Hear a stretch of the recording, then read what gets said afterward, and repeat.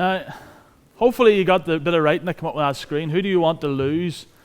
Was the question. The reality is every year this competition takes place. It's Rugby Six Nations, so the sort of 6 top teams in all of Europe compete in a competition every single year. And there are extreme rivalries. As you can see, most of the people that come on the screen don't like England.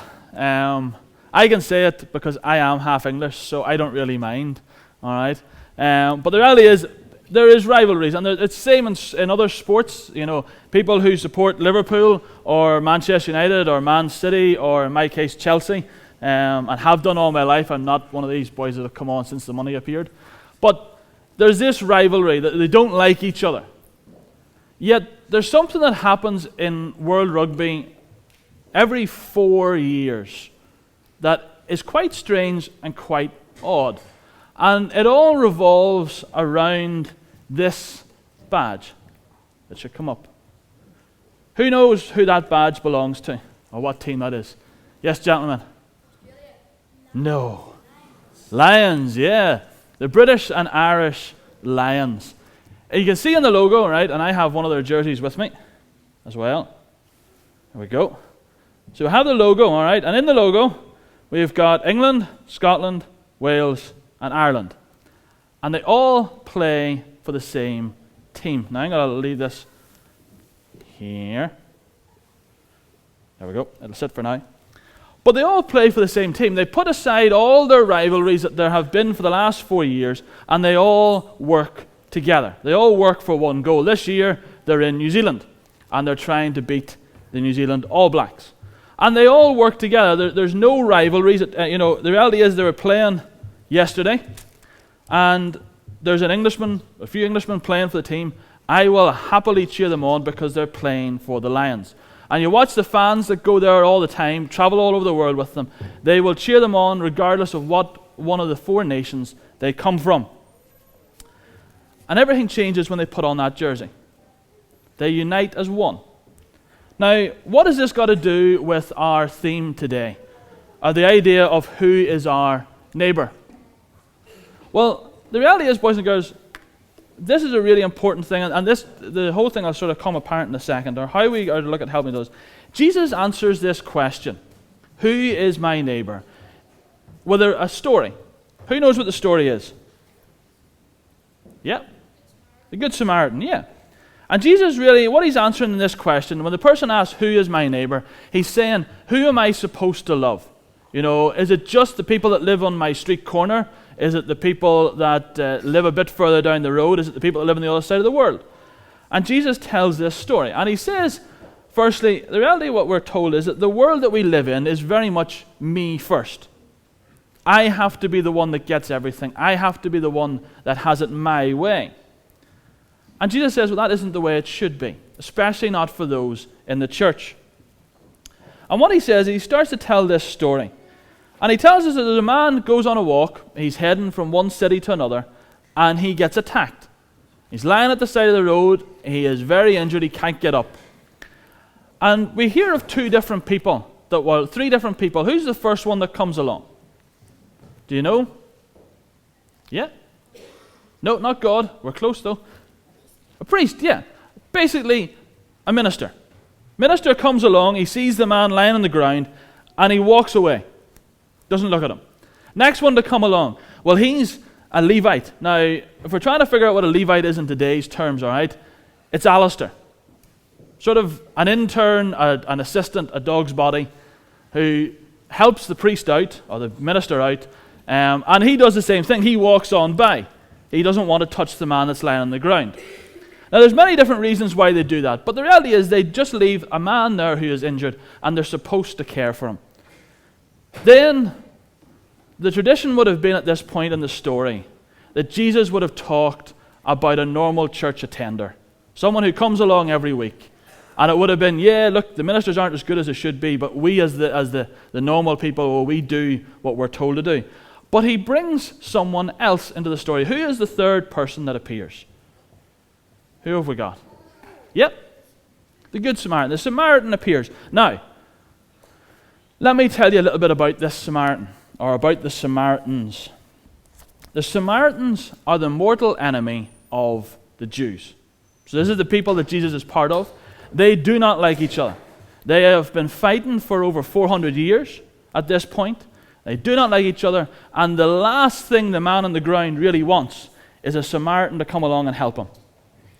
It's a bit like, right, we'll give it try and get it into modern day language and modern day understanding, all right? It's pretty much like, right, say there's a Liverpool supporter who's really injured. All right, he's lying on the ground, all right? And there's a Manchester United supporter over here. Quite a big rivalry. The last thing the Liverpool man really wants is the help from the Man U man. Want to bring it into how shocking this was when Jesus told it for everyone that is a lot older in this room? Let's put some names on it. A Catholic, a Muslim, someone from the LGBT.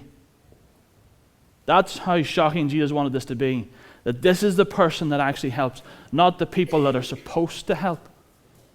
And that's what Jesus wants to get across here. This idea of who is the Good Samaritan. The Good Samaritan that helps him, right? He gives up 2 months of his wages. All right, so when we, boys and girls, when we're working, we get paid money to work, all right?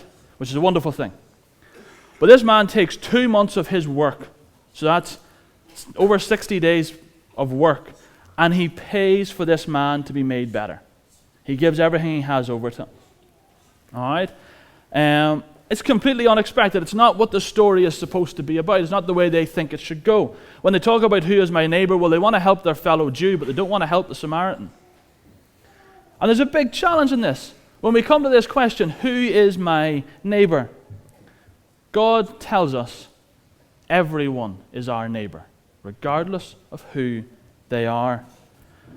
And the great example of that, God doesn't say, well, you have to go and do this and I'm not going to do anything. God gives us an example. He gives us one of the greatest examples. He gives us Jesus on the cross. The reality is the Bible tells us at the very beginning, we became God's enemies. We were the people who told God, we don't want anything to do with you. And God still comes and helps us.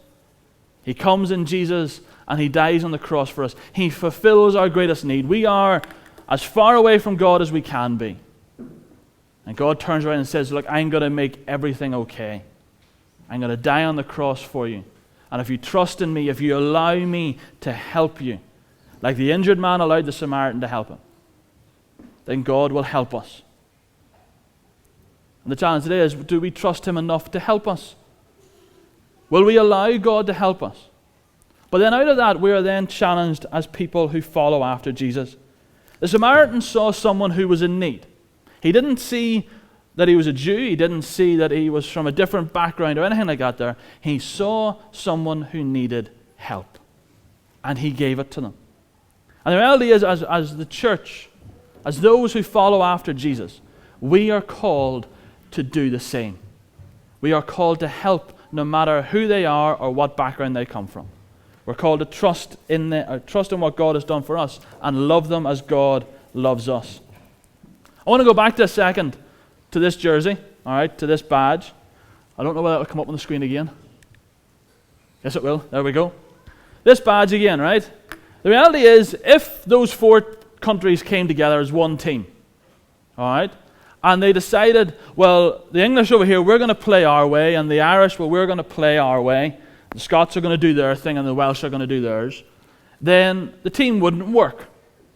They've actually got to work together. And it doesn't matter to them whether you're English, you're Scottish, you're Welsh, or you're Irish.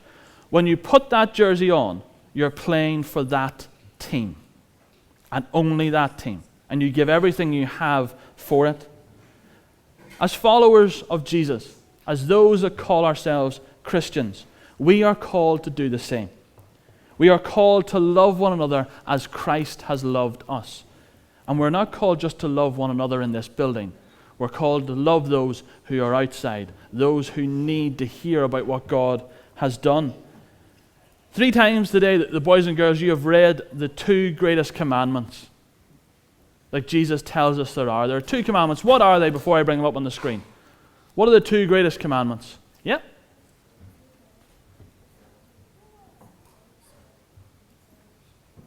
Brilliant. Love the Lord your God with all your heart, with all your mind, with all your soul, and all your strength. And the second one, what do you think it is? Yep. Love your neighbor as yourself. Here's the challenge in this, boys and girls, and everyone else. When we look at that there, right? At that, hopefully it'll come up. You shall love the Lord your God with all your heart and with all your soul and with all your strength and with all your mind, and love your neighbor as yourself. There's a challenge in this. If we claim to love God like that passage calls us to love him, then we've got to love our neighbor just the same. If we don't love our neighbor, and our neighbor is anyone in this world, if we do not love them as God loves us, do we really love God? That's where Jesus is going with this. He is pointing out very clearly that if we say we love God, we've got to actually show it. We've got to put it into action. We can spend all the time we want reading the Bible, praying to God, spending time with Christians. But actually the challenge is, boys and girls and everyone else, we have got to go and show other people that God loves them. We've got to show them what God tells us in here. You can know this inside out. You can spend the whole of your life studying it. But unless you put it into practice, it's just a book on the shelf. It's of no importance. And that is the big challenge, is to have faith in action. So when we ask that question, who is our neighbor? Well, our neighbor is anyone who is yet to hear the gospel. Anyone who needs to hear the gospel message, needs to hear what Jesus has done for us. And it can be shown, the love for them, in very practical ways. And when they ask us why we do it, we're able to share with them what God has done for us. Thank you so much for listening. That's all I'm going to say today, but that is the big challenge. Who is our neighbor? It doesn't matter what background you come from, it doesn't matter who you are. Every single person is our neighbor, and we are called to love them as God loves us.